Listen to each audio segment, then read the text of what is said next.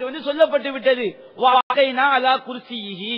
அதனால என்ன செஞ்சிருக்கோம், பிஜே அவர்கள் பிராக்கெட்ல அவரே இந்த வாசகத்தை இதனால் கூட போட்டிருக்காங்க அப்படி நாங்க திங்க் பண்றோம். அப்போ அல்லாஹ் சொல்லி காட்டினான், வாழ்க்கைனா அவரை போட்டோம், நாம் போட்டோம், அலா குர்சிஹி அவருடைய சிம்மாசனத்தில், ஜசதா அவரை ஒரு பிணமாக செய்தோம் போட்டோம் என்று அல்லாஹ் சொல்லி காட்டுறான். அப்ப இந்த அடிப்படையில் அவரே பிராக்கெட்ல போட்டதை வந்து முஜீப் என்ன செய்யறாரு, ரொம்ப பெருசா சொல்லி காட்டுறாரு. இந்த சட்டம் கூட என்ன செய்யுது, நஹ்வுல இருக்கு. இப்ப இவர் ஒரு கனெக்ஷன் பண்றாரு. என்ன கனெக்ஷன் பண்றாரு, பிஜே அவர்கள் வந்து இந்த சுலைமான் நபியுடைய ஹதீஸ வந்து மறந்துட்டாராம். இந்த ஹதீஸ் தான் இந்த ஆயத்துக்கு விளக்கமா அவர் சொல்றாங்க. இந்த ஹதீஸ் தான் இந்த ஆயத்துக்கு விளக்கமா. அந்த அரியாசனத்தில் ஒரு பிணத்தை போட்டோம் வருத, அது எந்த பிணமா, சுலைமான் நபி 99 மனைவிட்ட போவேன் எல்லாரும் குழந்தைகளுக்கும் சொல்லி ஒரே ஒரு குழந்தை பிறந்தது, ஒரு அழைப்பு ஒரே ஒரு குழந்தை, அதுவும் எப்படி பிறந்தது, பாதி மனிதனாக பிறந்தது. அதை கொண்டு அல்லாஹ் சிம்மாசனத்துல போட்டானா. இந்த ஹதீஸ் தான் இந்த வசனத்துக்கு விளக்கமா. அப்ப பீஜ் என்ன பண்ணிட்டாராம், இந்த ஹதீஸ வந்து மறுத்ததுனால இந்த வசனத்துக்கு என்ன பண்ணிட்டாராம், திட்டமிட்டு அர்த்தத்தை மாத்தி பண்ணிட்டாராம். இப்படி என்ன செய்யறாரு, இவரே ஒரு கற்பனை பண்ணிக்கிட்டு அது கண்ணு வச்சு காது வச்சு மூக்கு வச்சு ஒவ்வொரு கற்பனை பண்றாகோ, இப்படி கற்பனை பண்ணி செஞ்சுக்கிறாகோ, இப்படி கையையும் தட்டிக்கிறாகோ. அப்போ இந்த மாதிரி என்ன செய்யறாரு, அவர் வந்து ஒரு ஜாயின் பண்றாரு. எல்லா மொழிபெயர்ப்புகளும் எப்படி இருக்குன்னா, அவருடைய சிம்மாசனத்தில் ஒரு சடலத்தை போட்டோம் ஒரு பிண்டத்தை போட்டோம் இருக்குதுங்கிறது சொல்றாங்க. இவர அந்த சுலைமான் அலைஹிஸ்ஸலாம் அவங்களையே என்ன செஞ்சாங்க, நோயாளியாக்கி விழ வச்சிருந்தா இவர் மொழிபெயர்த்திருக்கிறார். ரெண்டும் இந்த ரெண்டு கருத்துக்களும் குர்ஆனுடைய வசனங்களே என்னது மாறுபட்ட மொழியாக்கம்.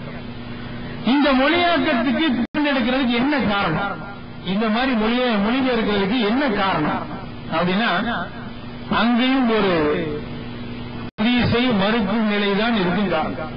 அங்கே அந்த தர்ஜுமாவுக்கு பின்னணியில ஒரு காரணம் இருக்கு. அது என்னது, ஒரு ஹதீஸ மறுக்க. என்ன ஹதீஸ மறுக்கணும் அப்படின்னா, சுலைமான் அலைஹிஸ்ஸலாம் சம்பந்தமாக நபி ஸல்லல்லாஹு அலைஹி வஸல்லம் ஒரு செய்தியை சொல்றாங்க. அது புகாரி முஸ்லிம் உட்பட ஏராளமான ஹதீஸ் நூல்கள சஹீஹான அறிவிப்புல அது பதிவாயிருக்கு. நாங்க கேட்கிறோம், முஜீபுர் ரஹ்மான் அவரிடம் கேட்கின்றோம், இந்த பிணத்தை தான் இந்த வசனத்தில் சொல்லப்படக்கூடிய பிணம் என்று எந்த ரசூலா சொல்லியிருக்காங்க? ரசூலா எந்த ரசூலா வந்து எந்த ஹதீஸ சொல்லியிருக்காங்க? தாவூத் நபியை பத்தி பின்னா நாங்க சொல்ல வர்றோம். தாவூத் நபியை வந்து தாவூத் நபி ஒரு சாதாரண மக்களுடைய நிலத்தை கையகப்படுத்தி இருக்கலாம், அதனால் அல்லாஹ் அவரை கண்டித்து போன தவறை செய்திருக்க கூடும் என்று அந்த திருமறை மொழிபெயர்ப்பு எழுதப்பட்டத எப்படி யூகத்தை நுழைக்கலாம்? தாவூத் நபி மேல அவதூறை இட்டு கட்டாங்க, ரொம்ப பொங்குன்னு பொங்குறார. நாம கேட்டோம், சுலைமான் நபியுடைய அந்த செய்தியில் வரக்கூடிய அந்த பிணம் தான் இந்த குர்சியில போடப்பட்ட பிணம் சொல்லி எந்த ரசூலா சொன்னாங்க? எந்த ஹதீஸ்ல இருக்கு? உங்க யூகத்தை எப்படி நீங்க கொண்டு போய் திணிக்கலாம்? அடுத்து நாம இன்னொரு கேள்வி கேட்கிறோம், அந்த பிணத்தை இந்த குர்சியில போட்ட என்ன படிப்புன்னு அல்ல இருக்கு? என்ன படிப்புன்னு இருக்கு? அல்லாஹ் எதுக்கு அதை குர்சியில கொண்டு போய் போடணும்? அதேக்கு அல்லாஹ் சொல்லி காட்டணும். குர்ஆன்ல எந்த ஒரு வார்த்தையும் ஒரு அல்லாஹ் தேவையில்லாம அல்லாஹ் பயன்படுத்துவானா? சுலைமான் நபியை அவருடைய சிம்மாசனத்தில் அதிகாரம் இருந்தும் அல்லாஹ் நடைபெணமாக ஆக்கினான், செயல்பட முடியாதவராக ஆக்கினான். இதுல ஒரு படிப்பினை இருக்கு, ஒரு அர்த்தம் இருக்குது. ஒரு வசனத்துக்கு அல்லாஹ் சொல்லக்கூடிய வார்த்தைக்கு சரியான பொருள் வருகிறது. அந்த பிண்டத்தை கொண்டு வந்து அல்லாஹ் குர்சியில போட்டான். ஏன் குர்சியில் ஏன் போடணும்? சும்மா வெளியில போட்டான்னு சொன்னா கூட என்ன செய்யலாம், ஒரு அர்த்தம் கற்பிக்கலாம். குர்சியில் போட்டோன்னு அல்லாஹ் சொல்றான். குர்சியில போட்டங்கிறதுக்கு நாற்காலியில் சிம்மாசனத்தில் போட்டோன்னு அல்லாஹ் சொல்றானே, இதுக்கு என்ன அர்த்தம்? இப்ப நீங்க தேவையில்லாம நீங்க ஃபிட்ட பண்றீங்க, உங்க யூகத்தையா நீங்க திணிக்கிறீங்க. மக்கள் போய் பாருங்க, நெட்ல வந்து அவர் பேசின கேசட்ட போட்டு விட்டுருக்காங்க. முஜீபுர் ரஹ்மான் பேசின கேசட்ட அல்ல வந்து இன்னைக்கு நெட்ல இருக்கு. என்ன செஞ்சிருக்காரு, அவருடைய யூகத்தை உள்ள திணிச்சிருக்காரு. அப்படி என்ன செய்யறாரு சொல்லி காட்டுற அந்த தான் இதுன்னு சொல்லி. அப்ப இப்படி எந்த ஒரு ஹதீஸ்லயும் கிடையாது. இவரா என்ன செய்யறாரு, இட்டு கட்டி இந்த ஹதீஸை வந்து சஹீஹ் ஆக்கணுமா, சஹீஹ் ஆக்கணுங்கிறதுக்காண்டி இவர் ஒரு முடிச்சு போடுறாரு. என்ன முடிச்சு? அந்த பிணம் தான் இந்த பிணம். இப்படி எந்த ரசூலா சொல்லியிருக்காங்க? எந்த ரசூலும் செய்யல, அப்படி சொல்லல. இது இவருடைய யூகம் தான். அடுத்து பார்க்கிறோம், இப்படி வந்து ஒரு தேவையில்லை. இவர் சொல்லக்கூடிய விளக்கங்கள் எல்லாமே மாற்றமா தான் இருக்கு. மறந்து விட்டார் என்பதற்கு தவறான அர்த்தம் செஞ்சிருக்காரு. தவறான அர்த்தம் செஞ்சு அதை என்ன செஞ்சிருக்காரு, இதை ஒரு பெரிதாக ஆக்கி இருக்கின்றார். அதே போன்று நபிமார்களுக்கு அல்லாஹ் மறைவான விஷயத்தை அறிவிச்சு கொடுப்பான் எங்களுக்கு தெரியும்.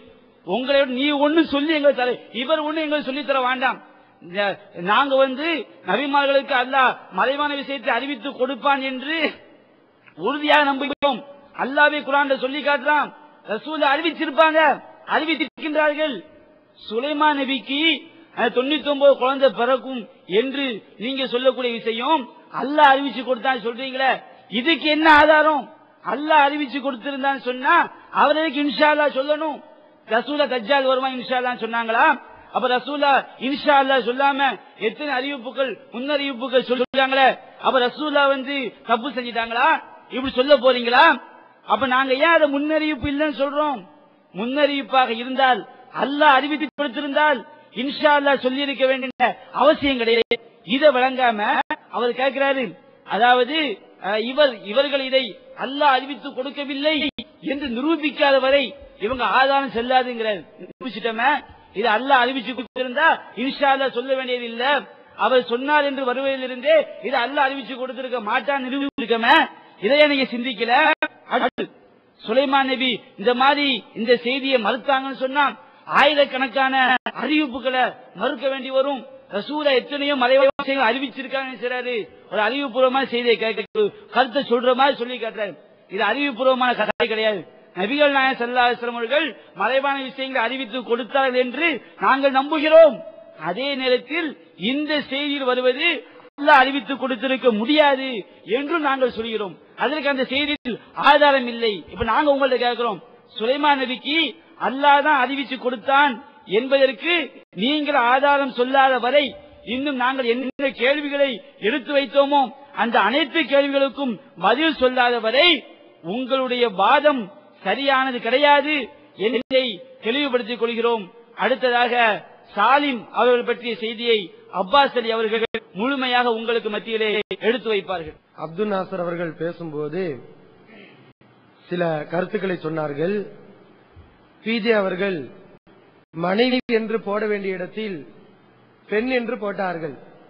அதற்கு என்ன காரணம் என்றால் அவர்கள் அடிமை பெண்களாக கூட இருக்கக்கூடும் என்று நாங்கள் கருதுகிறோம் என்ற ஒரு வாசகத்தை அப்துல் நாசர் அவர்கள் சொன்னார்கள். இதை கூட முஜிபுர் ரஹ்மான் உமரி அவர்கள் ஒரு விமர்சனமாக எடுக்கலாம். பிஜே இந்த அர்த்தத்தை தான் சொன்னார் என்று அப்துல் நாசருக்கு எப்படி தெரியும்? அவர் சொன்னதுக்கு நீங்க விளக்கம் தரீங்களா என்று அவர் கேட்கலாம், கேட்பார். ஏன்னா அவர் பார்க்கக்கூடிய பார்வை எப்படி இருக்கிறது என்றால், இந்த மஞ்சக்கால வந்தவன் பாப்பான் பாத்தீங்களா, பார்க்கக்கூடியது எல்லாமே மஞ்சளா தெரியும். அரண்டவன் கண்ணுக்கு இருண்டதெல்லாம் பேயின்னு சொல்லுவாங்க.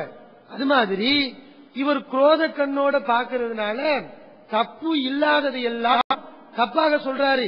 இதையும் ஒரு தவறாக வைக்க கூடும். அதனால இதுக்குரிய பதில நான் இங்க சொல்றேன். இதை நாம யோசிச்சு சொல்லல. அவர் பெண்ணுங்கிறது அடிமைங்கிற கருத்தை சொல்லியிருக்கலாம்.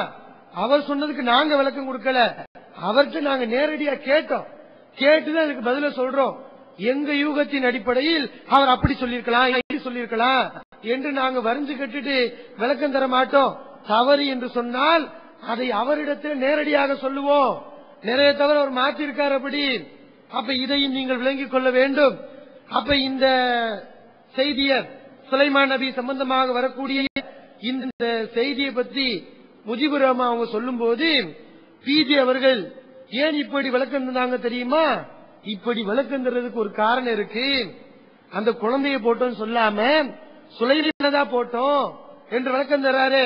அதுக்கு என்ன காரணம்? ஹதீஸ மறுக்கணும். இந்த புகாரில் வரக்கூடிய இந்த செய்தியை மறுக்கணும். அதுக்காக வேண்டிதான் இப்படி விளக்கம் கொடுத்தாரு என்று சொல்வதை பார்க்கிறோம். அங்கே அந்த தர்ஜுமாவுக்கு பின்னணியில ஒரு ஒரு ஹதீஸ மறுக்க நீங்க காரணம் கற்பிக்கிறீங்க. பிஜே உங்ககிட்ட சொன்னாரா இந்த ஹதீஸ நான் மறுக்கணுங்கிறதுக்காக வேண்டி திட்டமிட்டு இப்படி நான் ஆயத்துக்கு விளக்கம் கொடுத்தேன்னு சொன்னாரா? இவராவது காரணம் கற்பிக்கிறாரு. காரணம் கற்பிக்கட்டுமா? முஜிபுரமா ஏராளமான தவற பண்ணிருக்காரு. ஒலா தக்கூல் அன்னலி செய்யின் இன்னி ஃபாயிலுன் ஜாலிக கதன் என்று வரக்கூடிய குர்ஆன் வசனத்தை லா தகுல் வலா தகுல் என்ன என்று சொல்ல வேண்டிய இடத்தில் லா தகுல்னு பண்ணியிருக்காரு. ரசூலுல்லாஹி ஸல்லல்லாஹு அலைஹி வஸல்லத்துக்கு அல்லாஹ் நினைவூட்டுறான். லா தகூலு லிஷைஇன் இன்னி வலா தகூலு லிஷைஇன் இன்னி ஃபாயிலுன் ذلك غدا இல்லா இன்ஷா அல்லாஹ். வலா தகூலு லிஷைஇன் இன்னி ஃபாயிலுன் ذلك غدا இல்லா இன்ஷா அல்லாஹ். நாங்க காரணத்தை சொல்லட்டுமா?